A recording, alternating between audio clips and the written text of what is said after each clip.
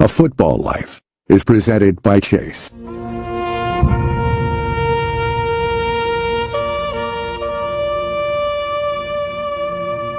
This is very, very tough. I got up this morning and I thought, Pat, I need you.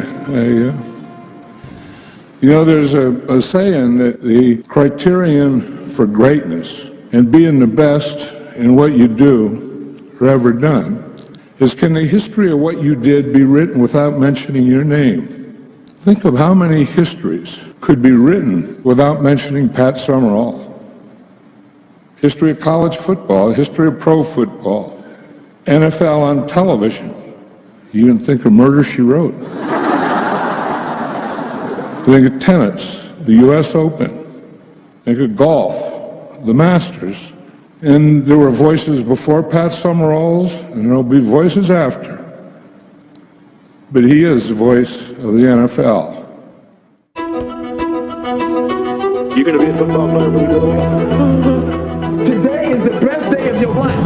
Believe it. He might be the finest quarterback produced in the last 10 years. He needs a day like this. That's all I need. Fortunately for me, I didn't lose my life. Didn't lose my job. Football convinced me that life is a team game. Rest of your life, nobody can ever tell you that you couldn't do it.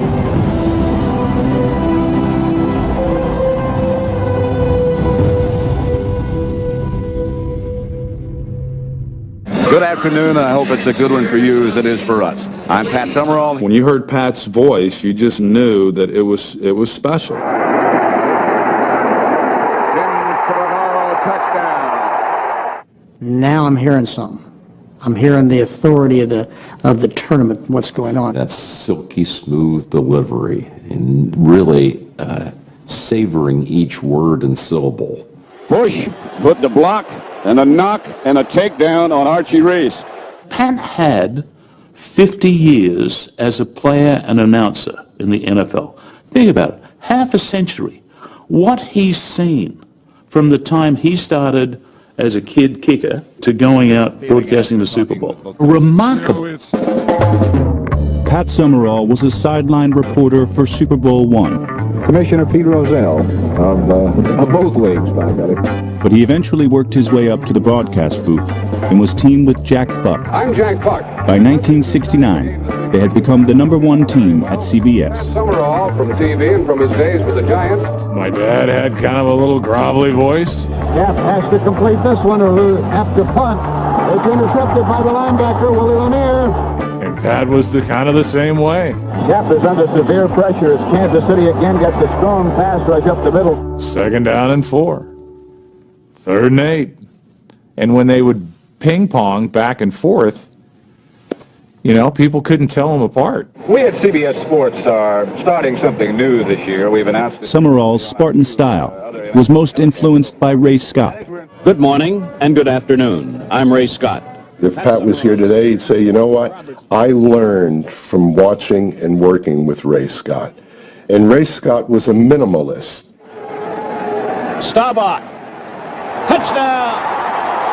Mike Ditka. Pat Summerall was a minimalist. Rice, touchdown. A lot of people today in broadcasting try to create a persona. The truly great ones are the ones who are on the air and are just like in perfect symmetry with the guy that's off the air. And that was Pat Summerall.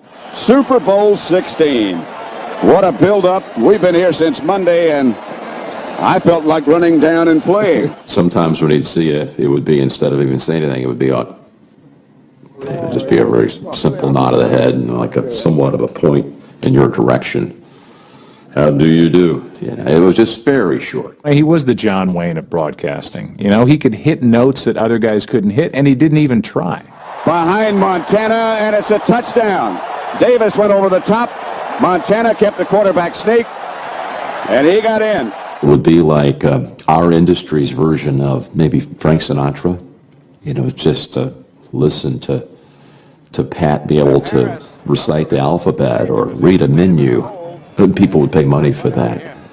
2 eggs, over easy, bacon, crisp, toast, wheat, orange juice, coffee. Summerall was a voice for all seasons, and he moved from one sport to another with amazing grace. In baseball, they talk about a five-tool player who could, run and hit and throw. And Pat was a five-tool broadcaster. He could do it all, and comfortably. And so, good afternoon. I'm Pat Summerall, and He could be in the studio hosting the show. He could be doing a fight, or he could be doing any number of events. Marvelous, marvelous animal. Thank you.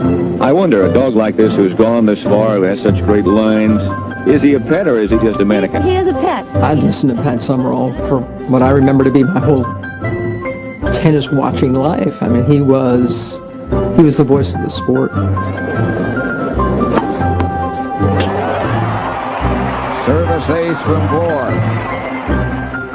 Pat was a stalwart fixture on the PGA Tour. I think he broadcast some 250 PGA Tour events.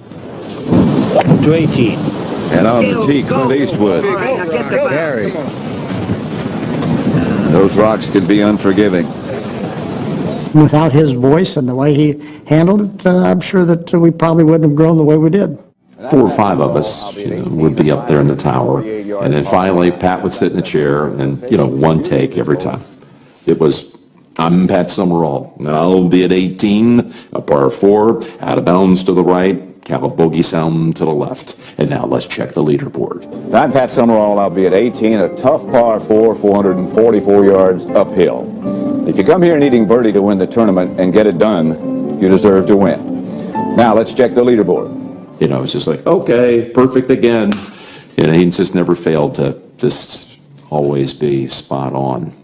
I marvel at the fact that this is an ex-player who not only did play-by-play for his sport, but then did the biggest events in 2 other sports. It's remarkable. It's the overall quality and body of work that makes him the greatest, literally the greatest to ever do television play-by-play in the NFL, period. There's nobody close. Up next. As long as the ball was involved, I was happy.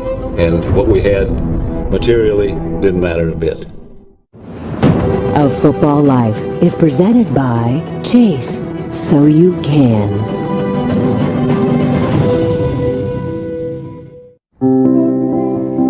I gotta go deposit a check, transfer some money. So, it's your uncle's turn. What? Wait. No, wait. So you can deposit a check with the touch of a finger. So you can arrange a transfer in the blink of an eye. So you can help make a bond that lasts a lifetime. The Chase mobile app, so you can.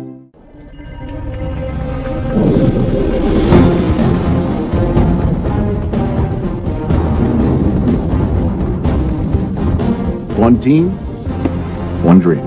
We're Courtyard, the official hotel of the NFL.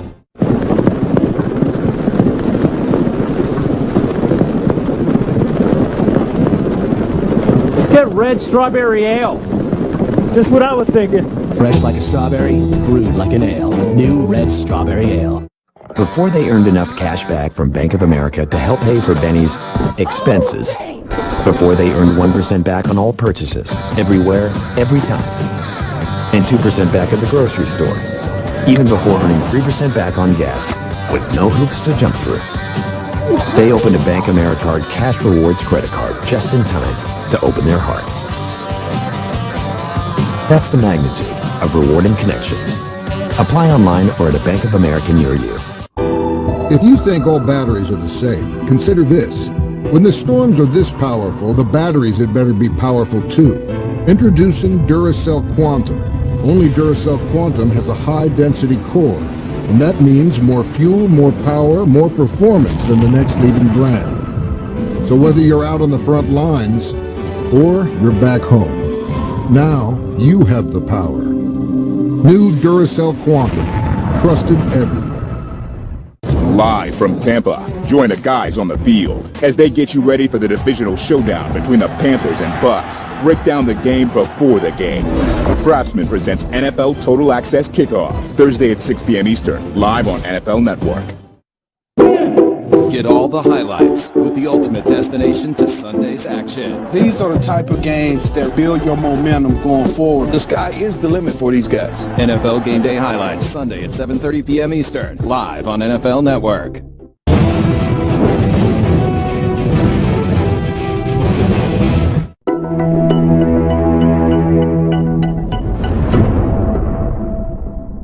It was his favorite song, never mind him. Interspersed with the Frank Sinatra and whatever else, Count Basie was always some version of Amazing Grace.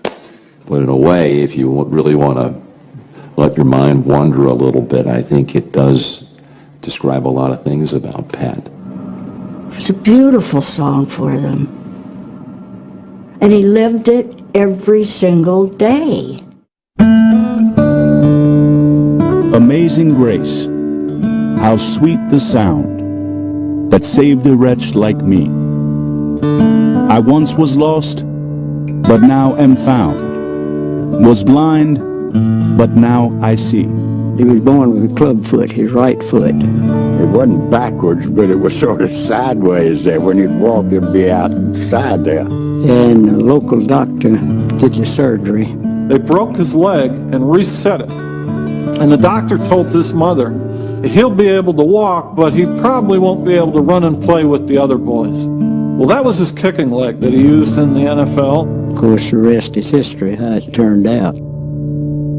Christened George Allen Summerall, Pat's childhood in Lake City, Florida, was fractured in other ways.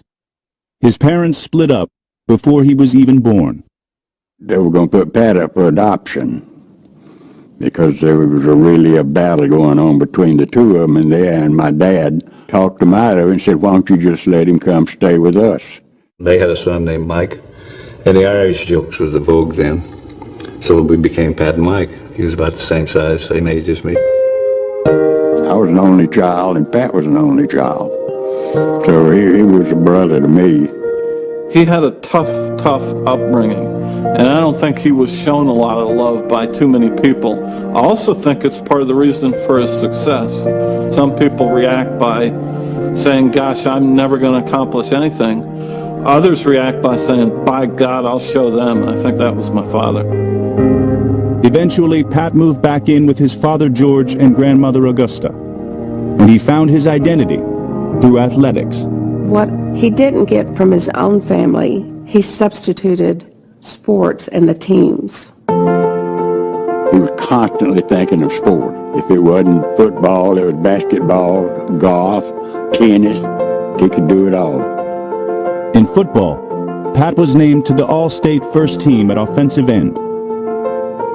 And he made the All-Florida squad twice in basketball. He led Columbia High to its only state championship. As long as the ball was involved, I was happy. And what we had materially didn't matter a bit. I'll never forget this. My last football practice, I was walking off with a teammate, and I said to him, what are you going to do with the rest of your life? And he said, well, I'm probably going into the family business. And he said, what about you? What are you going to do? And I had no idea. I said, well, someday I'd like to be 6'4" and weigh 220. That's my life wish when I was coming out of high school. I hoped it never ended. I hope the association with something bouncing or something I could hit would never end. Pat got his wish when he received a scholarship from the University of Arkansas. But after he was injured playing tight end, he tried a new position. At Summerall, kicking off for Arkansas, it's an end-over-end kick being taken by Burkhalter on his own 2. Kept his scholarship and put him doing the kicking there, and I didn't even know he could do that. So he was sitting on about the 50-yard line there, you know, just putting them through the goal. And I said, man, when did you learn to do that? He said, just natural came on me. After Pat made All-Conference twice, the Detroit Lions made him their second pick in the 1952 draft. Pro football was such an unknown quantity to me that I thought I should talk to somebody. And I said to my dad, they've offered me $6,000 to play pro football. And he said, let me see if I understand this right. He said, they've offered you $6,000 to play something? I thought you had to work. I said, well, what do you think I ought to do? He said, I think you ought to take it. coming up. I'm old enough to remember watching Pat Summerall play.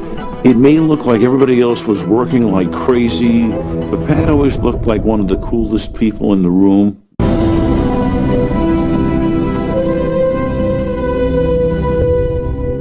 It was amazing as you got below the surface what all Pat was and did. I think they probably don't know that he was legitimately an intellectual. He majored in Russian history. Russian history, had no idea about that.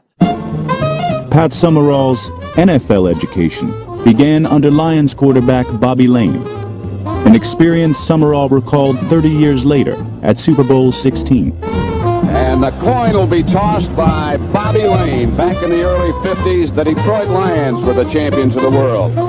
He was their leader. For him, every day had 26 hours and every week had 8 days. The myth sort of got going that he was better if he didn't behave himself. He was better if he had been out all night. From personal experience, I can tell you a lot of it was not exaggerated. But Pat's on-field education was cut short when he was sidelined by early season injuries. He watched the Lions win the 1952 NFL championship, then trade him to the Chicago Cardinals. After I was traded to the Cardinals, it was kind of depressing, kind of down years, because the Cardinals were not an organization that made you think about anything close to grand. It was not what you'd call a class organization. The facility was inferior. We played at Comiskey Park. Biggest crowd I think we had was about 10,000 people. We played against the Giants, and during that game it rained so hard that one of our guys got in the bottom of a pile, and the water was so deep he almost drowned. It was just not a very happy time and not a very happy atmosphere. Plus we lost all the time. During the off-season, Pat returned to Lake City, where he married Kathy Jacobs. I think I would have quit after 1957, and 10 days later I found out through the newspaper that I'd been traded to the Giants. Of course, when Pat came from the Cardinals to the Giants, it was almost like he'd been liberated. I'm free again. I'm free again. It was like going from the so-called outhouse to the good house. Back then, we were in contention for a championship every year. The largest pro football crowd in New York history, over 71,000, stormed Yankee Stadium. Our teams were loved in the New York area. You know, our games were starting to sell out. Let's get a good close-up look at the Giants' star-studded offensive platoon. And when those three-pointers are needed, Jim Lee Howell calls on the able toe of Pat Summerall. It was really the start of the New York Giants franchise in terms of having success. Pat carries on. And with another 49-yard field goal, the Giants win. That's football's finest place kicker. I'm old enough to remember watching Pat Summerall play as a kid who grew up in Brooklyn. You could always tell there was just a dignity about him, and just a way where it may look like everybody else was working like crazy, but Pat always looked like one of the coolest people in the room. He, in a sense, was the quintessential Giant. Advertisers in Madison Avenue gravitated towards those guys because we had some real stars on that team that had movie star looks. They were not afraid to be out on the town and be seen out on the town, to be noticed and to be in the newspapers and whatnot, but they never got in trouble, at least not that we knew of. They just seemed to have a certain panache to them that really characterized our franchise in the late 1950s. And the fact that they were winners.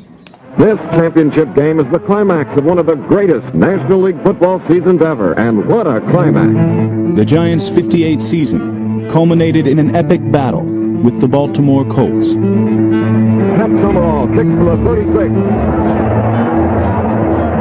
It's good. Viewed by millions across the country, the first sudden death overtime was dubbed the greatest game ever played. It changed the game, and there was an excitement that took place that was never, ever, ever could be matched. But that game never would have happened if it weren't for Summerall's heroics 2 weeks earlier. The pressure is all on the Giants, who must win to tie up the conference and force the Browns into a postseason playoff. Late in the fourth quarter, the Giants had one last chance to take the lead. score is tied at 10-all, but a tie is as good as a loss to the Giants. Connerly passes, but time running out. Watch it. It is incomplete. It's fourth down and only one thing to do. I'm thinking, what is wrong with these people? They're going to go for it. They're going to kick it. The quarterback, who was my holder, Charlie Connerly, said, what the hell are you doing in here? I said, he told send me in to kick a field goal. He said, you're kidding. I said, that's a way to build confidence. It's cold, it's dark, it's wet, and the ball is 49 yards out. Summerall kicks. It's good. The season's longest field goal. Even Connerly is excited. The Giants pummel Summerall. Vince Lombardi, the Giants' offensive coordinator, had a more pungent reaction. Grabbed him and hugged him and said, you son of a bitch, you can't kick it that far. Maybe my father's favorite play in Giants history. He talked about that all the time and had a picture of that on his wall for his entire life. And how that play will go down in Giants history as one of the great plays of all time, right up there with the Tyree catch and the Manningham catch and all the other great plays in our history. The longest kind of a long shot has paid off. The Giants and Browns are tied for the Eastern title. There must be a playoff. I don't think ever, at any stretch of the imagination time, I ever thought about pro football as a career. I taught school in Florida and did farming to try to take care of the expenses and maybe save what I had made playing pro football. But as a career, I didn't know what I wanted to do. I thought, and I assumed, that I would be a coach, either at the high school or college level. I just...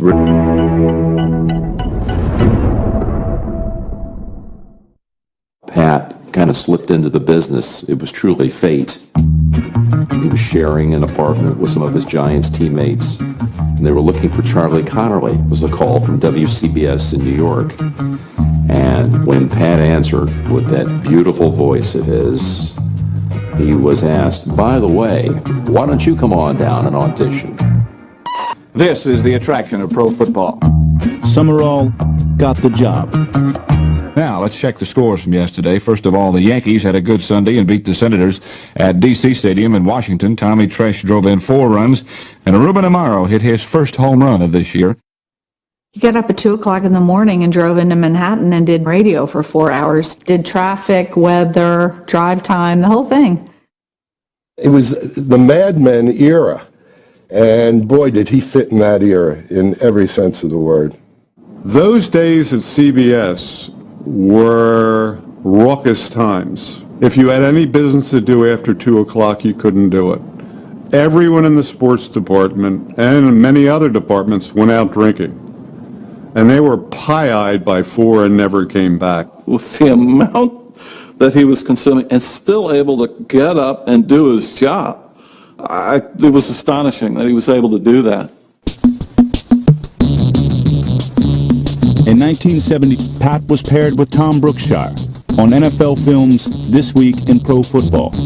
Hey, Tom, I got a riddle for you. Okay. What is green, can't score, and is not welcome at home? Well, you really know how to hurt a guy, don't you, Pat? You know, they were kindred spirits. I think they saw that right off. As Will Rogers once said, Tom, I never met a man I didn't like, but obviously he never met a coach on game day. They were friends from the get-go, and then it just extended because they liked to do the same things. That's right. The Broncos are really tough. It's sort of like the old song about a boy named Sue. When you start holding hands in the huddle, you better be tough. They were almost like Siamese twins. They were inseparable. In 1974, Pat switched from analyst to play-by-play and suggested that Brookshire join him on CBS's #1 broadcast team. The Jets have won the toss and elected not to play. They were just natural people, friends at the bar, talking, BSing. Of course, the man that is synonymous with Jets is Joe Namath. Wonder about Joe. We thought maybe he would stay up all night to make sure he wouldn't have to play in this game, but we probably did. I would say they would be Butch Cassidy and the Sundance Kid. And who would be Paul Newman would be Pat, and who would be Robert Redford would be Tom Brookshire. And maybe had a gunfight to end it all. Draw play. Riggins again. He ran over one of his own men, does not get the first down, still fights and gets both. For a big man, he's very quick at adjusting at the line of scrimmage. They were tough guys, and they liked each other and respected each other and had fun together. Sten is wrong. They loved each other. They were talking as almost teammates, and it became a conversation of football. That's how Namath has to get away from the center when he goes back to pass. Those legs taped up, strapped up, bound, almost like he's in a cast. They would take turns. One would write down a phrase or something, put it in an envelope, seal it, and give it to the other one. The other one was not allowed to open it until they sat down to do the game and they were on. Then they could open it and look at it, and somewhere in the broadcast they had to fit it in. Any kid that collects the rattlesnakes can't be all bad, right? 2, 1, take remote. Can get the equipment working if my assistant, Mr. Brookshire, can do that. Pat and Brookie's Theater of the Absurd included their pregame show appearances. Famous playoff game. Brookshire, you are too much. Well, he's got a job on the side. We don't have to worry about timing. And that's They were as funny as anything on the air, any sitcom. This is the Redskin dressing room. Yes, what is it? Hi, I'm Pat Summerall. Is Coach Allen here? Oh, you're not Pat Summerall. I know him. You're not Summerall. Well, yes, I am, too. Stupid and funny, and it became something that the audience looked for. I think the pregame show guys looked for it because it would be different, it would be unique. You look pretty good. Maybe you could join me in the booth after you're through with here and give us a report. Thanks a lot. Thanks. Say hello to Coach Allen. And then I remember one time it was a championship game in Minnesota, and I remember all you saw was the outside of this little trailer. Somebody called us. You know who it was? I dreamed that Phyllis was calling us. They loved comedy, they loved acting, they loved all that. They were performers. When Hollywood dramatized the Super Bowl in Black Sunday, naturally, they cast Pat and Brookie. Pat Summerall with Tom Brookshire. Tom, you can feel the pressure building up all week. Well, if he wanted to make it a reality movie, which he did, who else would you get? With that star status, Pat and Brookie took their act across the country. Does it slow you up a little bit? Well, I'm dehydrated and I drink a lot. That's the only problem. You are on the road, you're with a bunch of guys, you're there usually in whatever city you're in from either Thursday through game day. There's so many opportunities to do the wrong things. They call us the Sunshine Boys, and, you know, we rode pretty high when we were together. We were in New York City one night, and we ended up taking a ride in one of the Surreys. So we got to the Plaza Hotel, and the handsome cab driver was an Irishman. They said, gee, you fellows are having an awfully good time. I wish I could go with you. And I said, well, come on. He said, well, what am I going to do with my horse? I said, bring him. And we had him in almost into the elevator, but we couldn't get his head down to get him in the elevator. Pat's lifestyle had serious repercussions at home. My mother was a strong woman, and I think over time, being away a lot, alcohol certainly had an influence, had an impact. They just kind of grew apart, I think. It was really different. The dynamic changed pretty dramatically when he was there. There were times when, you could tell he was under the influence and he got a little more melancholy. Just changed his personality, makes him more careless, looser, a little more insensitive. My dad was home, and I walked up to him and I just said it. I said, Pop, I love you. And I put my arms around him, and he looked down at me and said, thank you. Back at the network, his partnership with Brookshire was heading for a crossroads. I've often said that if we had stayed together, we'd probably both be dead by now. Up next. Good afternoon. I'm Pat Summerall and John Madden. They came together to make the greatest broadcasting team ever to. Tom Brookshire and Pat Summerall were the #1 CBS football team. But after 7.5 years, CBS was fed up with their off-field exploits. They shared a life together on and off camera, at times dangerously, for both of them. The LA Rams played the Steelers in the Super Bowl in Pasadena. We were staying at the Beverly Wilshire Hotel, and I just remember seeing everybody in the bar and stuff, and it was sort of kind of, wow, everybody's having a great time. and they were they were the leaders of that. The next day, when the game came, there was serious hangover stuff going on. And we are indeed down to 2 survivors. And they talk about survivors, I guess that's what I feel like after being here since last Tuesday. that last Super Bowl with Pat and Tom wasn't the best broadcast. Tom, I guess after one of these years and one of these times are over, there's a lot of confusion everywhere, including right here. Well, so it opened the question, does this make sense? Most observers concluded Summerall's career had peaked, especially when the gregarious Brookshire was replaced by the former coach of the Oakland Raiders, John Madden.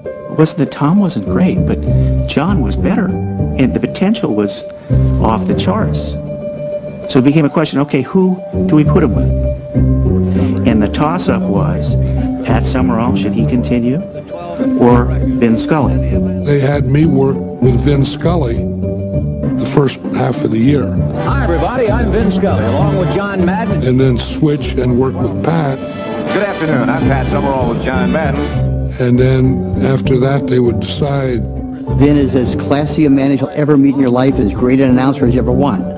I just know for a football broadcast that Pat was better for John. It wasn't a unanimous vote, but the majority thought it would be best for the NFL and CBS to continue with Pat as the number one guy.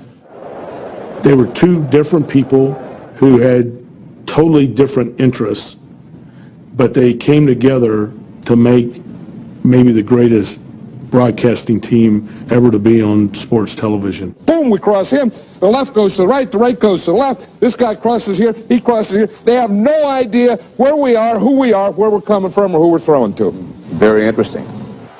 The thing that was special was Pat. I mean, if I'd go like boom over a cliff, I mean, Pat would catch me and bring me back up, and we'd be, 1st and 10. Like, this is a father bucket, this is a mother bucket, and since the last game, they had a baby bucket. So this is a baby bucket. I guess that clears up the question as to whether they're married or not. There's a lot of play-by-play guys, and when you hear them talk, it's, well, I got to lead the analyst. I'll help him. I'll lead him. Well, you don't help him by leading him. You help him by letting him look at the whole field and see where he's going to go, and then at the end, you tag it. He makes a little basketball twist there and pivot, and boom, the ball's there, right again between the 8 and the 9. Oh, is he happy? What a throw from Anderson. That was his natural way, and I don't know that that's really understood today. I don't know that that's ever been understood. He was willing to be the straight man to John Madden's show. And that says a lot about a guy and how secure he was. How does sweat look in stereo? How does a chewed mouthpiece look? In stereo? How does spit sound in stereo? Loud. Whatever John was going off on, Pat always had the perfect line. He had an unbelievable sense of humor. 60 minutes will be coming up following football, followed by murder, she wrote.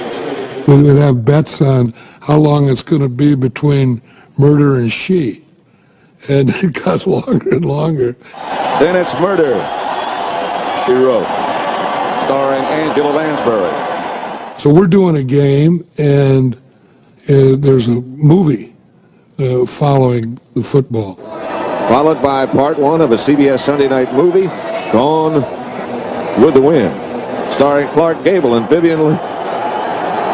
All coming. I laughed so hard, I had to take my headset off and go out in the hallway. On December 17, 1993, CBS lost its NFL contract.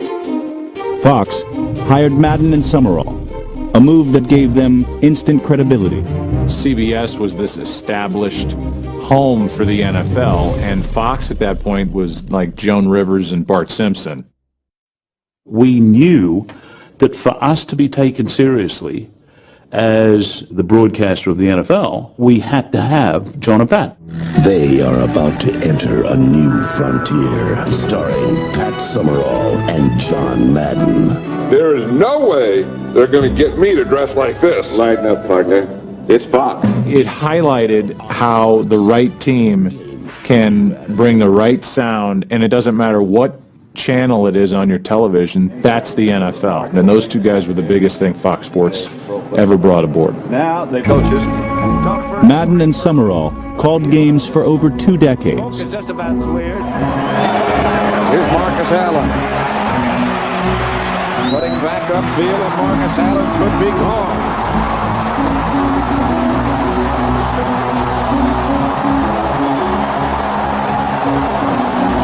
"74 yards for Marcus Allen." Here's Favre. Antonio Freeman, they're not going to catch him. Touchdown, Green Bay. They're like an old bologna sandwich or something. You know, you let it sit around there, you get hungry enough, and pretty soon you eat it. How many old bologna sandwiches have you eaten? A lot of old bologna sandwiches when I was hungry. They're sitting around, I guarantee you. Most people think of Thanksgiving and being home with their family, and we had 22 straight Thanksgivings together. Pat and I did. So that becomes your family. Summerall covered 16 Super Bowls and called his final one on February 3rd, 2002. And it's right down the pipe.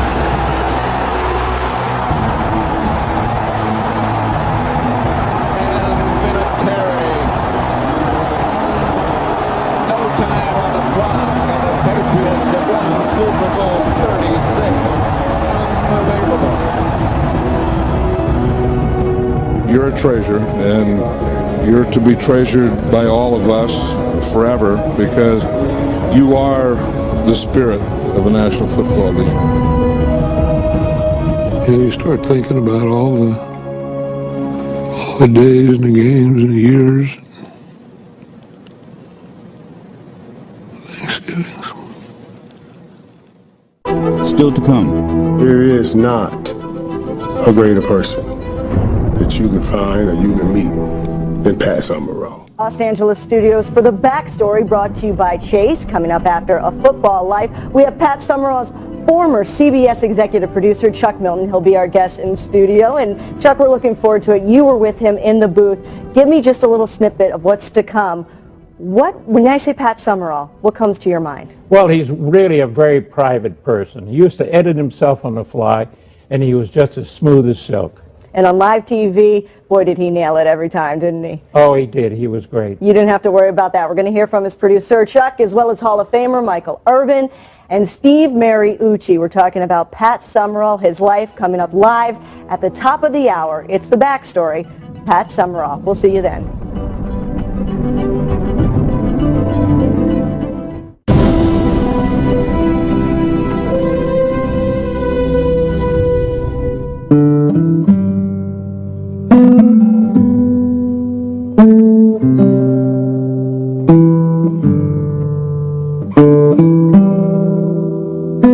When we found the property and decided to build, we both wanted a name. He said, "I really like Amazing Grace."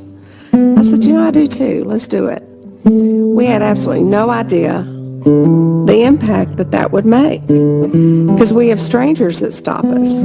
Amazing Grace. He could think of that song or drive in his driveway and see those words printed on his gate, that he always felt like no matter how bad it's gotten, no matter how bad he was, no matter how low he was, by the grace of God, he was saved. That amazing grace, how sweet the sound. For most of his life, Pat Summerall was lost. A wretch, in the words of the Christian hymn, in need of salvation. Summerall always had perfect mastery of what came out of his mouth, but he couldn't control what went into it. He was a hopeless alcoholic. Started out beers at the game and all that kind of thing, and it progressed over time to a level that was, going to kill him.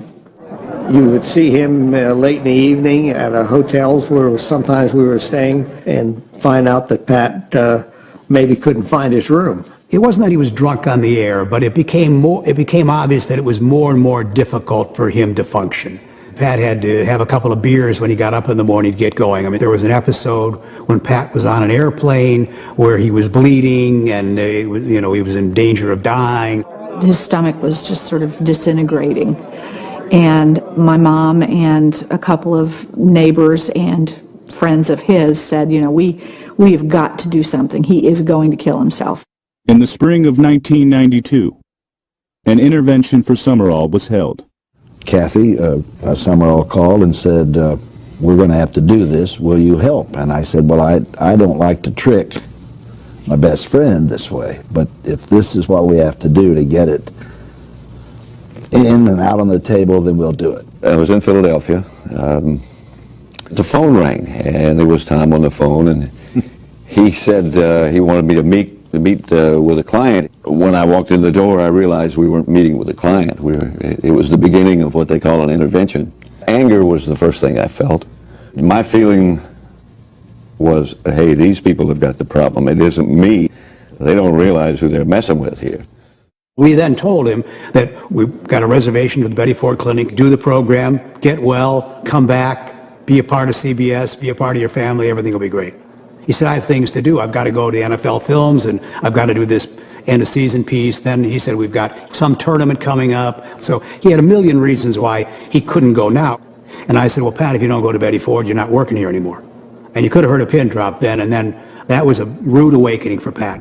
The people that put this together asked that each of the children write a letter to their dad. What came out of my mouth was, you know, I'm your child, and I'm having this health challenge, and you never called, you never came to see me, you never asked about my condition, and your behavior is such that I'm sometimes embarrassed to have your last name. And you think about that. When your own offspring says, I'm sorry, we've got the same last name, that's a frightening experience to go through. And he calls it sort of the thing that really kind of got him in his heart or in his gut during that time period. He sure didn't want to embarrass, least of all, his kids. Summerall went to Betty Ford, and it proved to be a life-changing event. I think only 10, 11% of the people that go through the program stay clean. Pat's greatest achievement was going through the program, getting clean, and staying clean. Summerall also reconciled with his children, got remarried, and found something else to fill the void that alcohol left.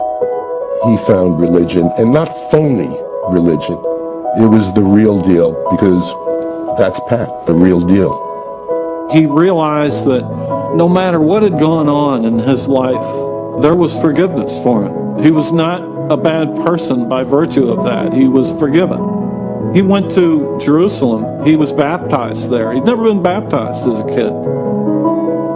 He really sort of said, God has given me this for a reason, and I am going to do good. And he helped people never knew who they were, don't need to know. They were the highest people and people that he met on the street, people that called him. He gave his personal testimony 1,000 times to anybody that would listen at any place that would listen. But there was somebody speaking to my conscience and telling me what is right and what is wrong. And I hadn't realized that until I started to get into the Bible. There's a lot of people he helped, and I was one of them. I was just happy that he showed interest in me to talk to me about, you know, a tough disease to quit. It's hard. It's not easy, and that's why they say it's day to day. And, you know, if you slip up, start over. You can't dwell on the past. We talked about that. You gotta worry about what's going on. Move ahead. One of his dear friends was Mickey Mantle, and before Mickey went for help at Betty Ford, they would meet for lunch and be gone hours, and Mickey asking questions, and, you know, Pat just said, look, if I can do it, you can do it. I consider Pat's life as the very definition of ministry. I was new into walking that narrow path. And without Pat, I don't know if I would have made it. Despite his spiritual awakening, off-field problems cost Michael Irvin his job at Fox before he even started. I said, Pat, you're doing what I wanted to do, but I messed that up. And I remember him saying, go get back in front of the people and let them see the man you are now.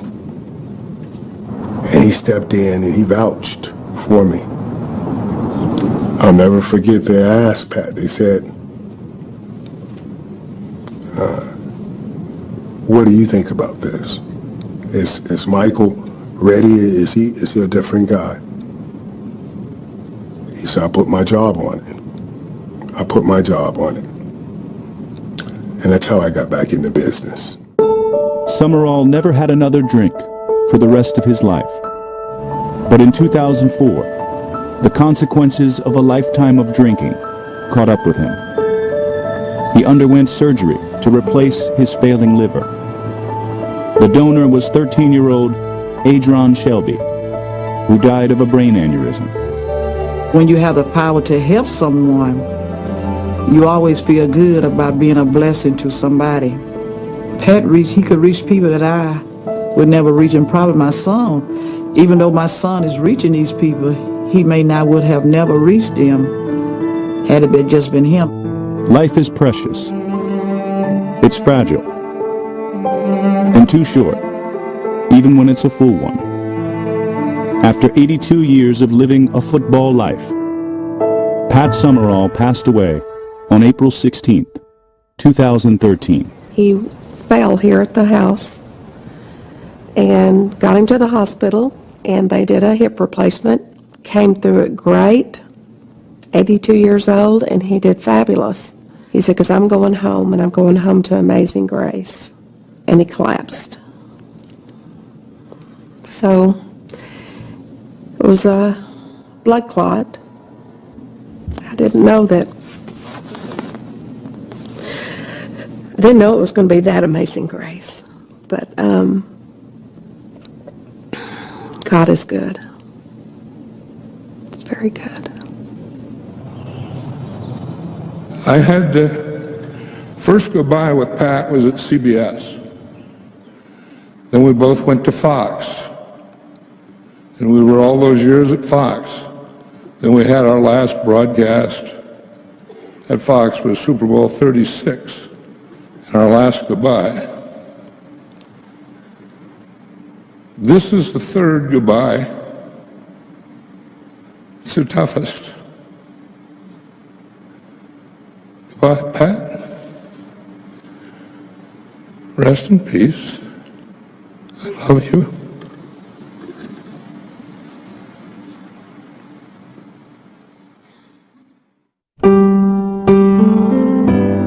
You know, it starts with card-carrying good guy. You can go into his playing days and broadcasting days, and they were all great.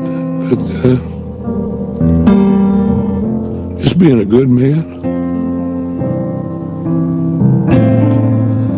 This is harder than I thought. I think he made peace with my mother at her death. He and Sherry had a very, very special, loving relationship and marriage. There was great joy and peace and happiness there. All of his kids and grandkids loved him dearly. I think he had to go leave this world believing that it was a good life.